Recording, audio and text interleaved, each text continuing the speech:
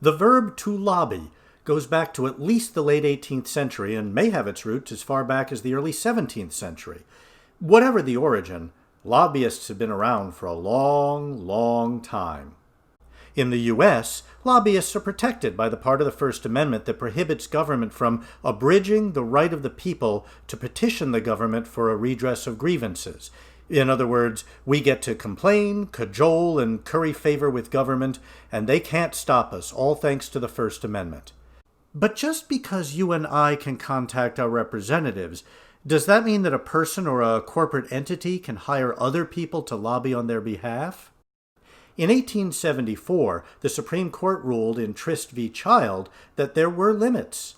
The court noted, "If any of the great corporations of the country were to hire adventurers who make market of themselves in this way, to procure the passage of a general law with a view to the promotion of their private interests, the moral sense of every right-minded man would instinctively denounce the employer and employed as steeped in corruption and the employment as infamous." In other words, anytime anybody hires anyone to push for a law that's designed to benefit them directly, it's corrupt. The court went on. To legalize the traffic of such service would open a door at which fraud and falsehood would not fail to enter and make themselves felt at every accessible point. The court ruled that paid lobbyists were not to be endured. And yet, the practice of corporate lobbying was rampant in 1874, and it ramped up even more soon after the decision. The paid lobbyists in Washington, D.C. and in the states now vastly outnumber legislators and their staffs. Clearly something must be done. But what?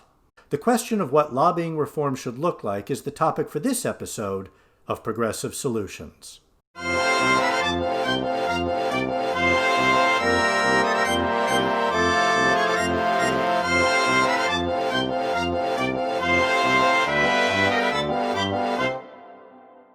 By 1946, things had gotten so out of hand that Congress finally acted. They passed the Legislative Reorganization Act of 1946, a huge bill that changed, well, a lot. Title III of that bill was the Federal Regulation of Lobbying Act, and it was finally the first serious attempt to regulate paid lobbyists. It didn't work. 8 years later, the Supreme Court stepped in and narrowed the scope of the bill. In 1991, a GAO report noted that the Federal Regulation of Lobbying Act is ineffective. In fact, that was the title of the report. Congress tried once more to limit lobbying, but not really, in 1995 with the Lobbying Disclosure Act of 1995. All this bill did was to require paid lobbyists to register as paid lobbyists, report who their clients were and how much money they were paid. Kind of what the 1946 bill tried to do. Woo-hoo. Rah.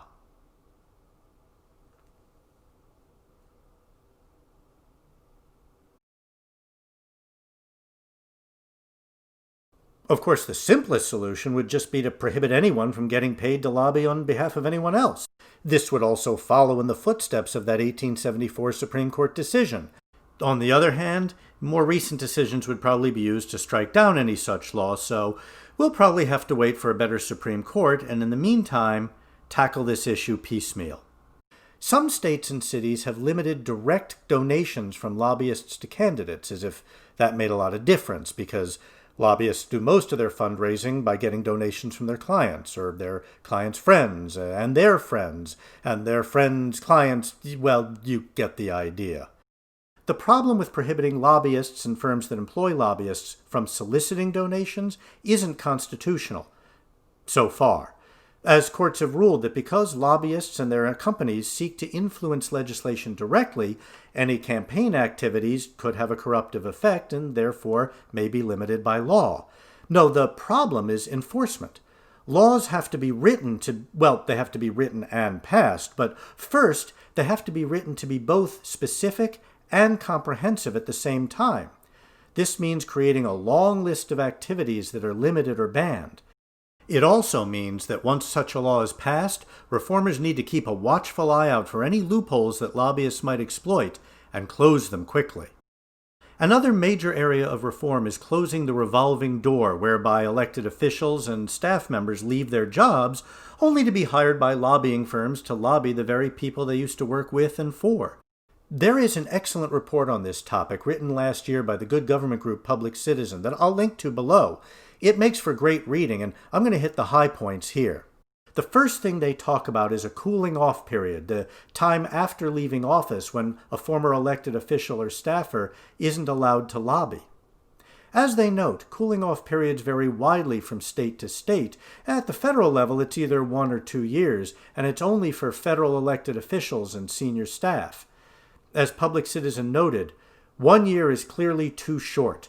2 years is a minimum because it at least covers one entire legislative cycle, after which there will be some turnover, especially among staff. One fix that would change things dramatically is to have a cooling off period that isn't just time-based, but also based on whether their former boss is still in office. In another report from the Center for Economic Performance at the London School of Economics, yes, the London School of Economics did a paper on U.S. lobbying. That's how big it is here. They noted, lobbyists connected to U.S. senators suffer an average 24% drop in generated revenue when their previous employer leaves the Senate. They go on to state, we also find evidence that ex-staffers are more likely to leave the lobbying industry after their connected senator or representative exits Congress. In other words, once a former staffer's former boss is no longer in office, their value as a lobbyist plummets. Prohibiting staffers from lobbying until all of their old bosses leave office would be a huge reform measure. As for elected officials, a 2018 article in The Atlantic noted, lobbying remains the single most popular post-Congress career choice for retiring members. But while most ex-members of Congress do something other than direct lobbying, and there's now a 2-year cooling-off period, there are other entries into the lobbying world. The loophole is that a former legislator or staffer can now take a job as a consultant with a lobbying firm. While they aren't directly connecting with current elected officials or their staffs, at least not officially, they're calling the shots, and it's their voices being heard.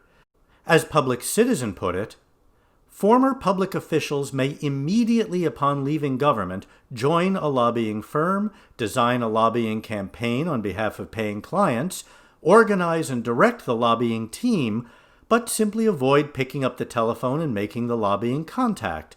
And in all likelihood, the sitting lawmakers will even know that the former official is behind the lobbying campaign. There's more. About 2/3 of members of Congress have gotten around the restrictions on influencing federal policy by taking private sector jobs at lobbying firms, consulting firms, and business or trade groups to manage their lobbying campaigns. 2/3. Any attempt to stop the revolving door must include provisions that close this loophole. We must ban elected officials and staff from being paid for any lobbying-related activities and for an extended cooling-off period. One controversial side need is the need to raise the salaries of elected officials and their staffs. Being a congressional staffer isn't a great career choice if you want to live well. For that goal, being a staffer is really only a stepping stone to the more lucrative world of lobbying. Being a congressional staffer or a staffer for a congressional committee and also staffing a state-level elected official carries enormous responsibility, and the people doing that work should be paid accordingly.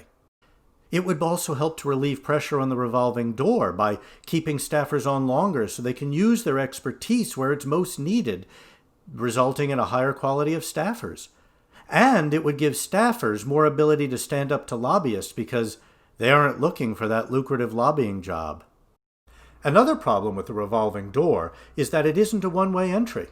Many people go from lobbying into government.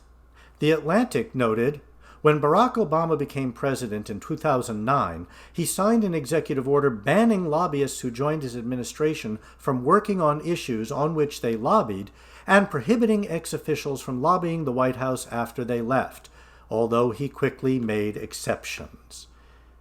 Yeah, Even the most wimpy-worded executive order prohibiting lobbyists only from working on the issues that they lobbied on wasn't really enforced.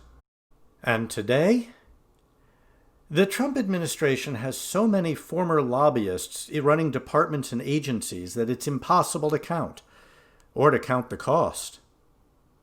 Keeping former elected officials and their staff from lobbying is important, but so is keeping lobbyists from being in charge of the agencies they used to lobby. So far, I've concentrated on legislative staff, but there are even more people working in the executive departments and agencies. They generally write the regulations that interpret and enforce the laws passed by the legislature. Those rulemakers have an enormous amount of power, and they work behind the scenes, and lobbying there can be huge. Prohibiting former insiders from lobbying elected officials isn't nearly enough. They must also be prohibited from lobbying agencies and departments that make and enforce the rules. Public Citizen sums up with 3 basic recommendations for federal law.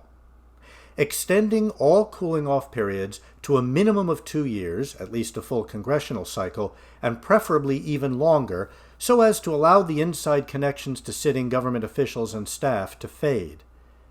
Banning compensation for lobbying activity, such as of conducting research, preparation, planning, and supervision of a lobbying campaign, as well as banning lobbying contacts during the cooling-off period. Applying the ban on lobbying by former elected officials and very senior staff across the board to all agencies and both the legislative and executive branches of government during the cooling-off period. In addition, while the federal government has its set of rules for lobbying in D.C., every state has its own set of rules, and those rules vary widely from state to state. Some states have no rules at all. And since state governments have, in many ways, more power over our day-to-day lives than the federal government, those state laws are especially important. Applying Public Citizen's recommendations to states, and only Iowa currently follows all 3 at the state level, wouldn't eliminate lobbying or the power that lobbyists have completely, but it would greatly reduce the inherent corruption from the revolving door. In a free society, lobbying will never completely disappear. Paid lobbying, however, can at least be limited and regulated to minimize the damage done by the wealthy special interests. While it isn't a magic bullet because nothing is, it can be one part of a massive reform effort. As always, I welcome your comments. What other lobbying reforms would you suggest? What other loopholes would you close? Meanwhile, if you haven't subscribed yet, please hit that subscribe button and also hit that thumbs up button as well. Together, we can spread the word that there are lots of ways that we can help push the progressive agenda. Thanks for watching. Stay progressive.